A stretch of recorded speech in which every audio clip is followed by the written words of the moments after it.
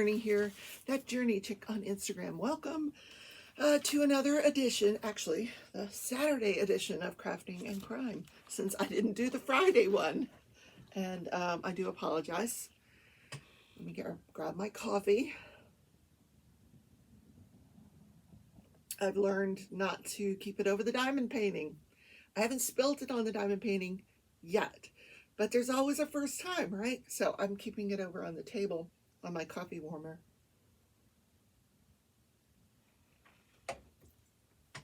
So where do I even start? Well, I could start by picking up my diamond painting pens.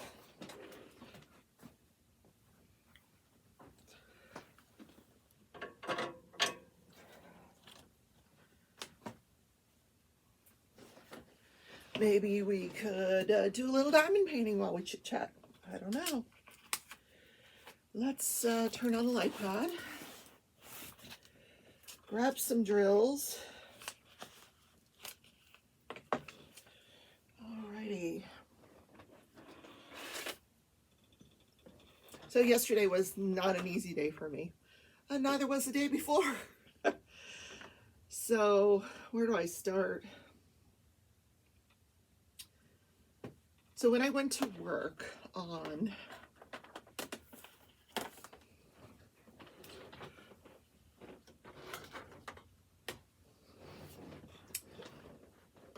Thursday,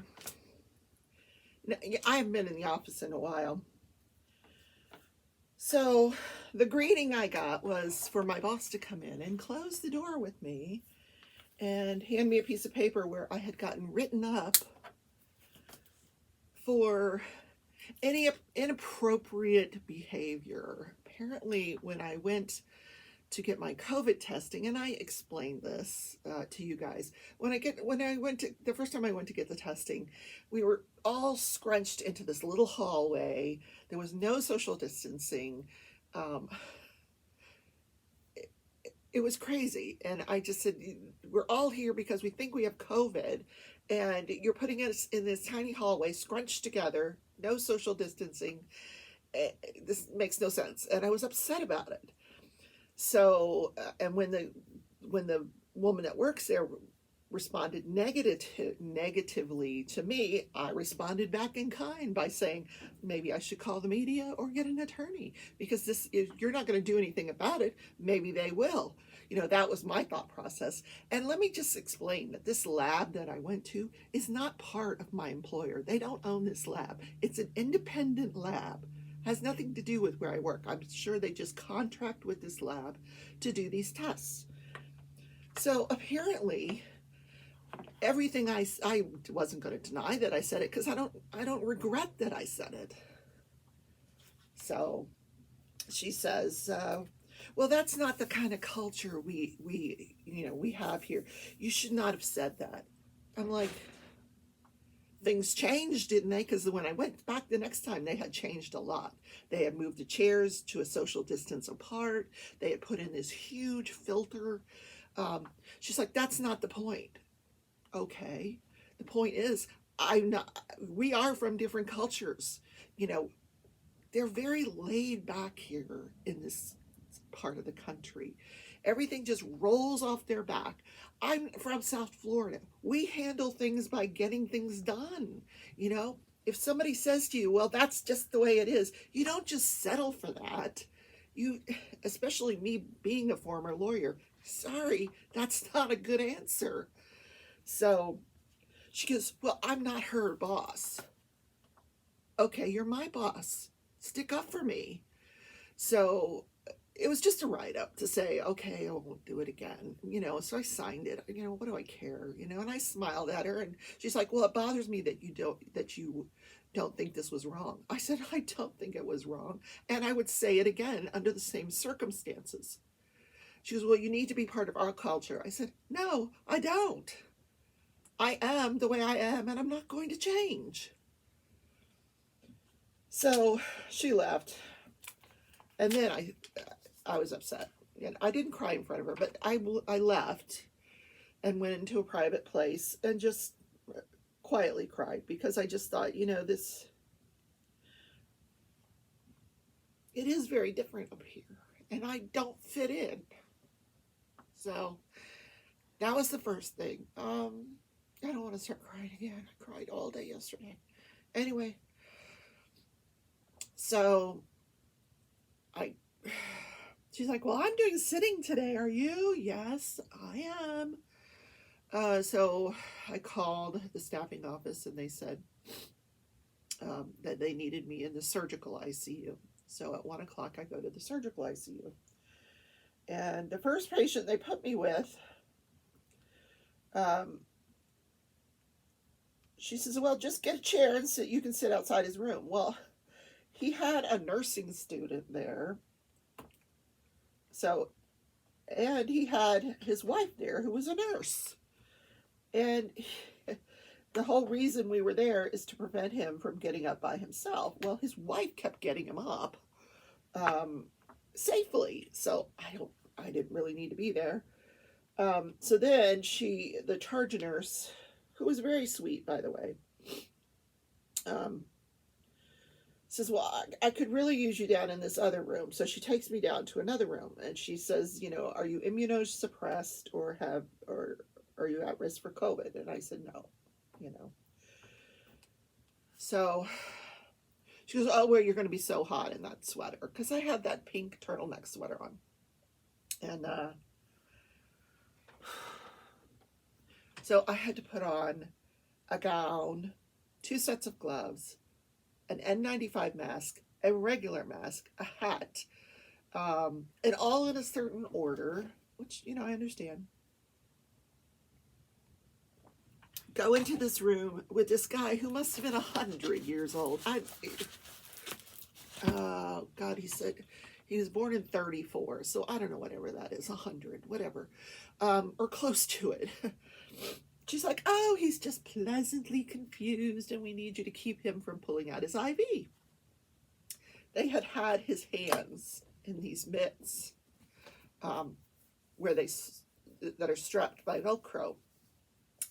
And when I took those off of his hands were like balloons that he had them in there for so long. And he was very grateful for me to have taken those off, which I was supposed to do because the nurse wanted his hands to rest. So I was in there to watch to make sure now that his hands weren't in there to make sure. And within an hour, that swelling went down, which I was grateful for. But there was literally nothing to do but sit there and sweat. And every 10 seconds go, whatever his name was, stop, don't do that. No, for 4 hours. Well, at 3.5, the nurse came in and gave me a break at one point. And then, but at 3.5 hours, he was starting to get combative.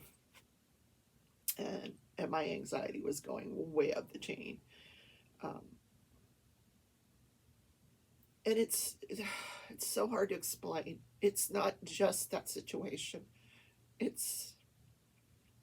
I worked in hospital administration during crises. And I think I know I have PTSD from that. I know I do.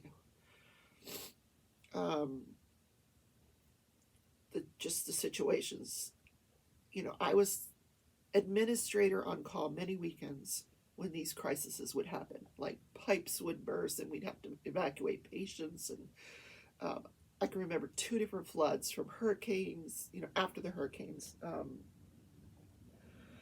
during the rains, and just emergencies and having to fire people. And I got to the point where I had a nervous breakdown working in that kind of position. And I told the psychiatrist then, I cannot ever do this again. I cannot. So I chose a position where I didn't have to do that. Yes, I do work in the hospital, but it's in the med staff office. I had never even seen any other part of this hospital. Like, I've never been in a patient room until the other day. Except, no, that's it. Even when I had my knee surgery, I was in an outpatient setting. I did stay overnight, but I was in an outpatient setting. And being a patient is a little different because you're drugged. so, um, so I left in tears. I cried on the way home, and I woke up the next day crying. Just, and I told my boss, I can't work today. I can't. I I cried all day long.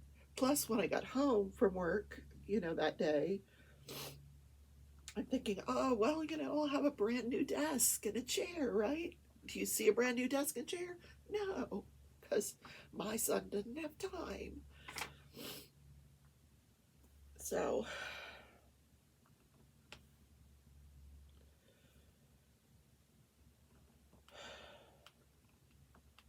I could do it myself, but I didn't want to cry. I wanted it done right, you know. I wanted it so it's not wiggling and there's not parts left over when I get done, whatever. So I don't know when I'm going to have a new desk. I have a box. I have a couple boxes sitting in my house. I know and none of it is anything to cry over, but when you're depressed, everything upsets you.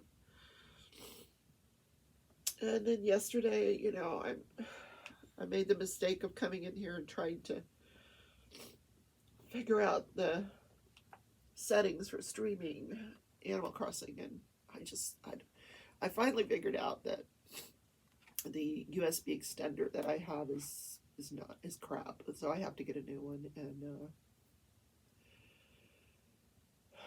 because I got it at Walmart for $10, and it's not doing the trick. But I ended up throwing some things, and that made me feel better. I did talk to my psychiatrist, who recommended that I not take my anti-anxiety medication because I could get hooked on it. I'm thinking, I'm in a crisis here, and you're telling me not to take it because I could get addicted. What are you, nuts? So, of course, I took it. Um, God. He did prescribe something else that he said was a little less addictive, which I'm not, I have to go to the hospital to pick it up. I'm not going into the hospital. And the pharmacy's not open on the weekends, so I'll pick it up on Monday when I go to work. But I just feel like that,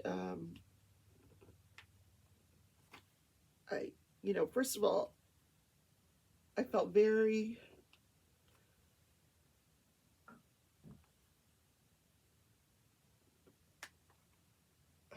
angry that someone had caught me on film in this lab. Like, it's not even a part of my employer. I mean, and they showed this to my employer. It's like, I feel like if I go to McDonald's and I say something, they're going to show the film to my employer, and they're like, "Oh, you're not representing our culture." What? Like, is there no privacy anywhere? I'm sorry. All those people were sitting in that hallway and not saying anything, and I can't believe it. Like, what is wrong with you people?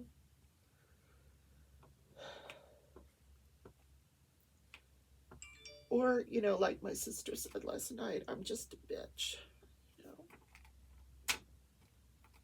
So,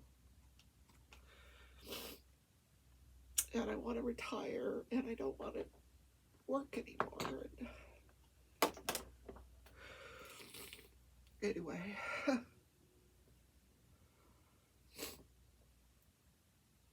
It'll pass. It's probably going to take me the weekend to get through it.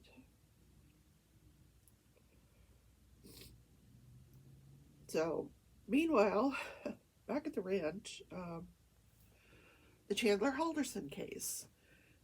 wrapped up. Thursday morning, when I go to listen to the testimony, they're done. Like defense rest, prosecution rest, defense rest. We thought that Chandler Halderson, who was accused of murdering and dismembering his parents, was going to take the witness stand in his own defense. Well, he did not. He opted not to. So then we get the closing arguments, which, through everything I tried to listen to. And, I thought I would have this time while I was in this room, while I was sitting later that day to at least listen to some of this stuff. No, for 4 hours, I literally sat there and did nothing but grab this man's hand every time he tried to grab something. So I did listen to it later on, and on the way home, I see, there's already a verdict. So they did the closing arguments in the morning. The jury had lunch, then they deliberated for less than 2 hours, which does not surprise me. I mean, there was so much evidence against this guy. And it was laid out so very nicely by the prosecution. So, and then the defense gets up there in their closing arguments, and she said, first of all, we couldn't put our client on the stand because, yes, he's a liar, and you wouldn't believe anything he said anyway. We know that he's a liar. We know that he lied about his jobs. We know that he lied about going to college. He was lying about everything so he could stay home and play video games with his friends. But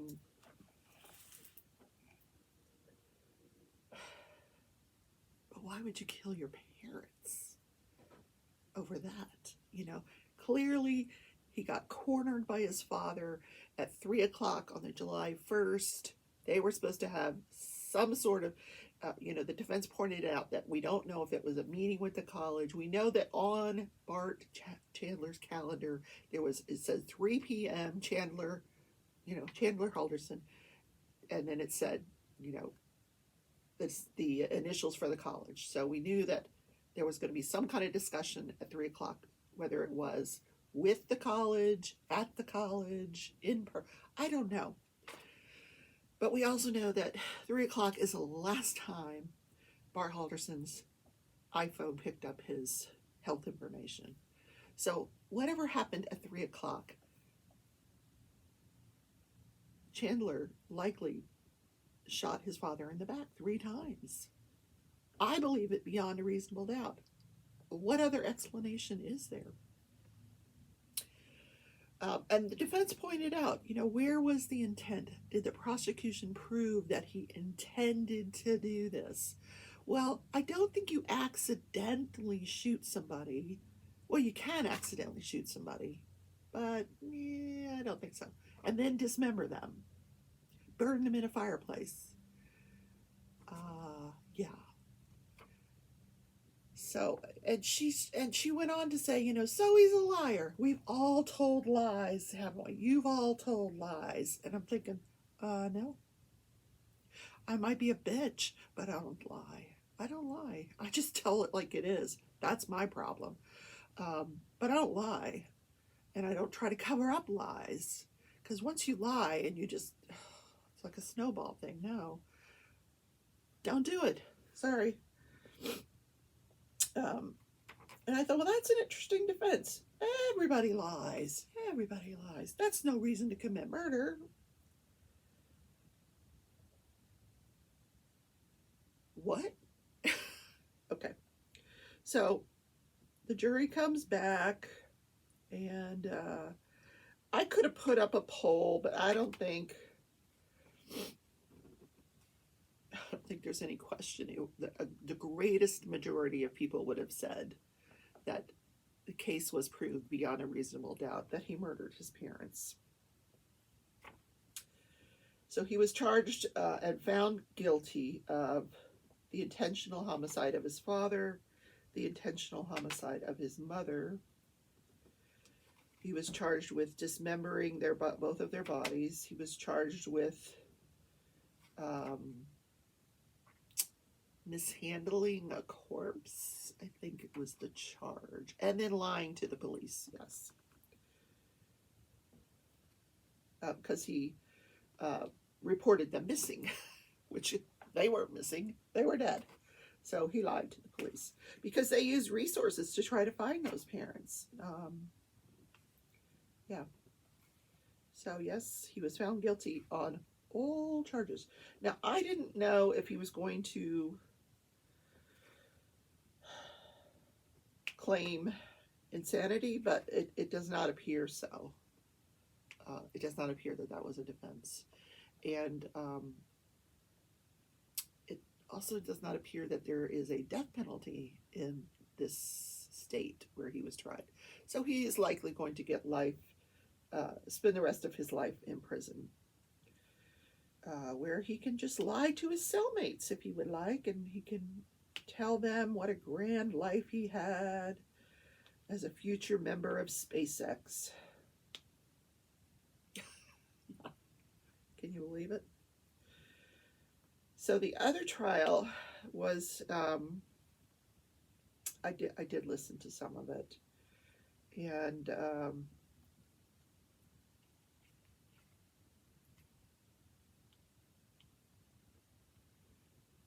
I listened to the opening statements. So Theodore Edgecombe is charged with the intentional murder of Jason Clearman.